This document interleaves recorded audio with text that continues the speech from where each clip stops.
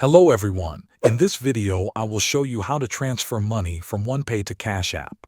First, make sure you know your OnePay card details.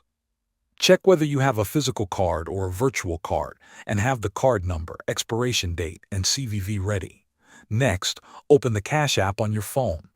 On the home screen, tap the profile icon or go to the Settings section. Inside Settings, look for the option called Linked Banks. Tap on it to manage your linked accounts. In this section, you will see the option to link a debit card. Tap on that option. Now, carefully enter your OnePay card details. Some cards may require a small test charge or verification code. After verification, your OnePay card will be linked to Cash App. Once the card is linked, go back to the Cash App home screen and tap the Banking tab. In this section, look for the option that says Add Cash or Add Money. Tap on it and select the OnePay card you just linked.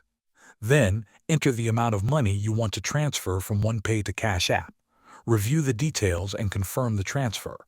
After confirming, Cash App will transfer the money from your OnePay card to your Cash App balance. Thanks for watching.